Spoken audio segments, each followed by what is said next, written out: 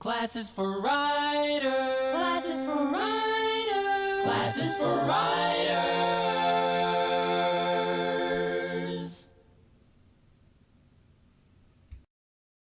Hello, and welcome again to Classes for Writers and our presentation of the Writer's Business Plan.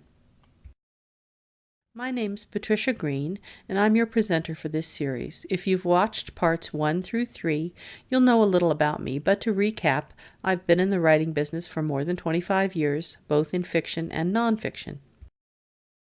Disclaimer: this class is informational. It should not substitute for legal or accounting advice. If you need legal, tax, or accounting help, please seek out a professional in those fields. This is the Writer's Business Plan, Part 4, and we'll cover creating a 5-year plan and the topics pertaining to that plan, including being SMART, S.M.A.R.T, thinking about whether your 5-year goal is to be a full-time or part-time writer, determining the number of books you intend to write, your financial goals for 5 years, your expected royalty rate, your audience, and your proposed publishers. The first business plan you want to put together is your 5-year plan. Why? Because you need to know where you're going before you set out on your journey with your 1-year plan. When creating your goals, both long-term and short-term, be sure to be SMART about it. This version of SMART planning is specifically for writers. I was reminded of this business goal-setting acronym by Simon Whaley, author of The Positively Productive Writer. Using SMART, your goal should be specific. If you want to write an 80,000-word novel in 1 year, that's specific. Measurable. For your 80,000-word novel, you know that you have to write 1,539 words per week. You can measure that. Achievable. If you only have 1 hour per week to write your 1,539 words, is your goal achievable? Realistic. Did you make your goal write a best-selling novel? How realistic is that? Timely. If you have publisher deadlines, be sure to make a note of that and plan accordingly. If you're self-publishing, set yourself a timeline. The 5-year plan is not as detailed as the 1-year plan, but there are 6 main components. Your overall writing goals in terms of part-time or full-time status. If you think you'll be working at your day job for the next 5 years, then take that into account. Note yourself as a part-time author.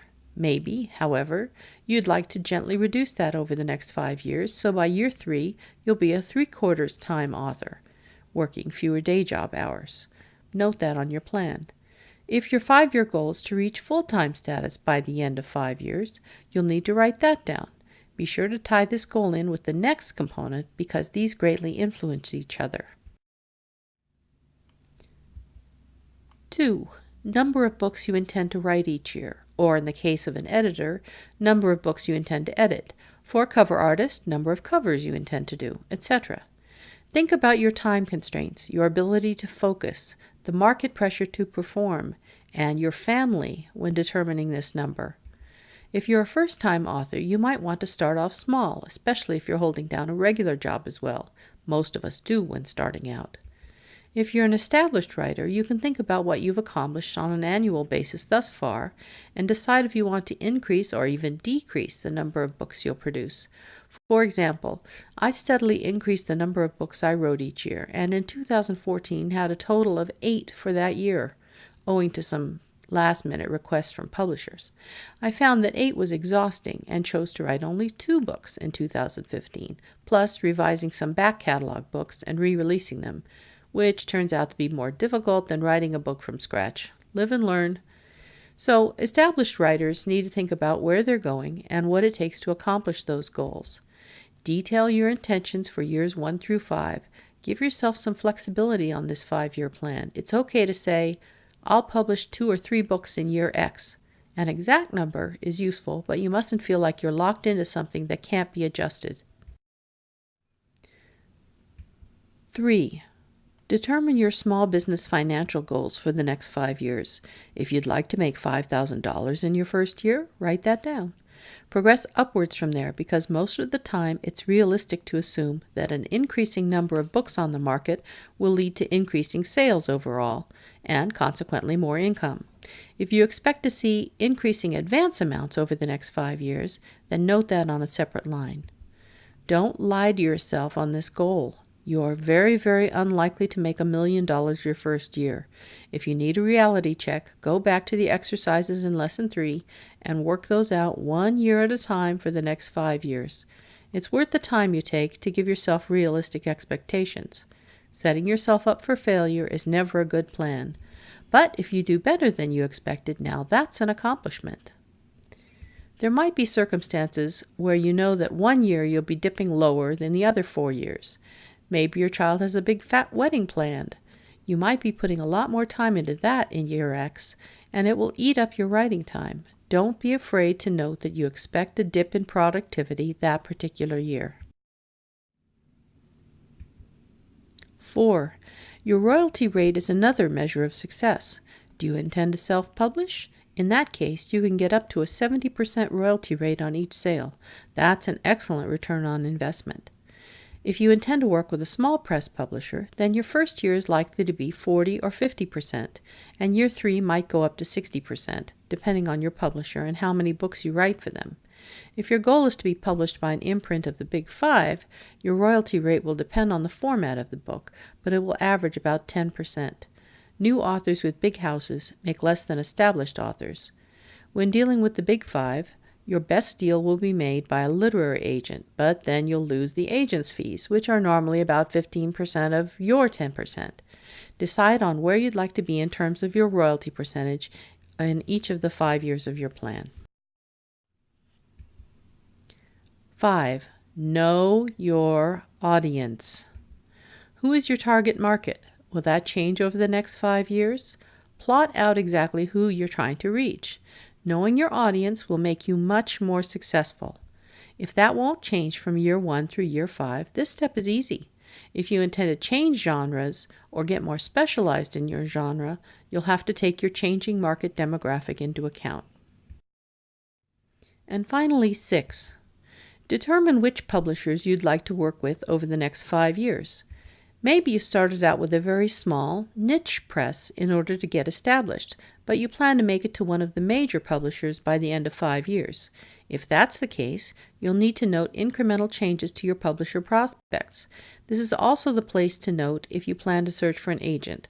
Finding agents and larger publishing houses take a lot of time. I know of people, very talented people, who tried for years to get an agent. When they finally got one, it was only after a lot of work and managing a lot of rejections. But it can be done. Just be sure to keep these kinds of road bumps in mind. Of course, you could simply choose to self-publish, in which case you need to refer back to Lesson 2 to consider vendors.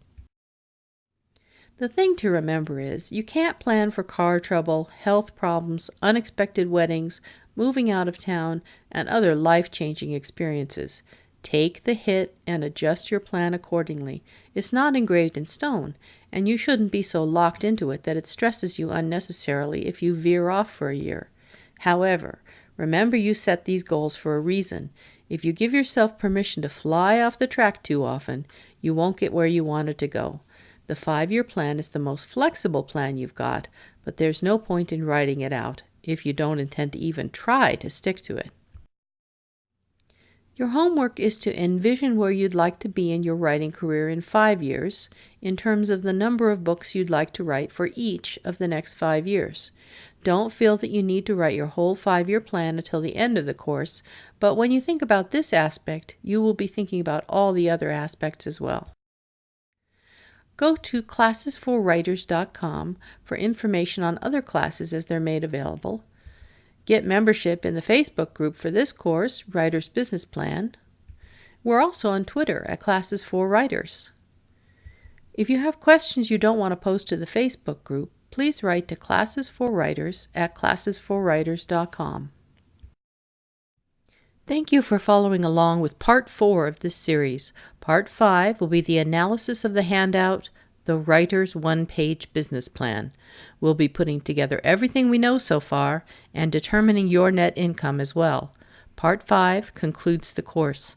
Until next time, this is Patricia Green. Thanks for watching today. Classes for writers. Classes for writers. Classes for writers.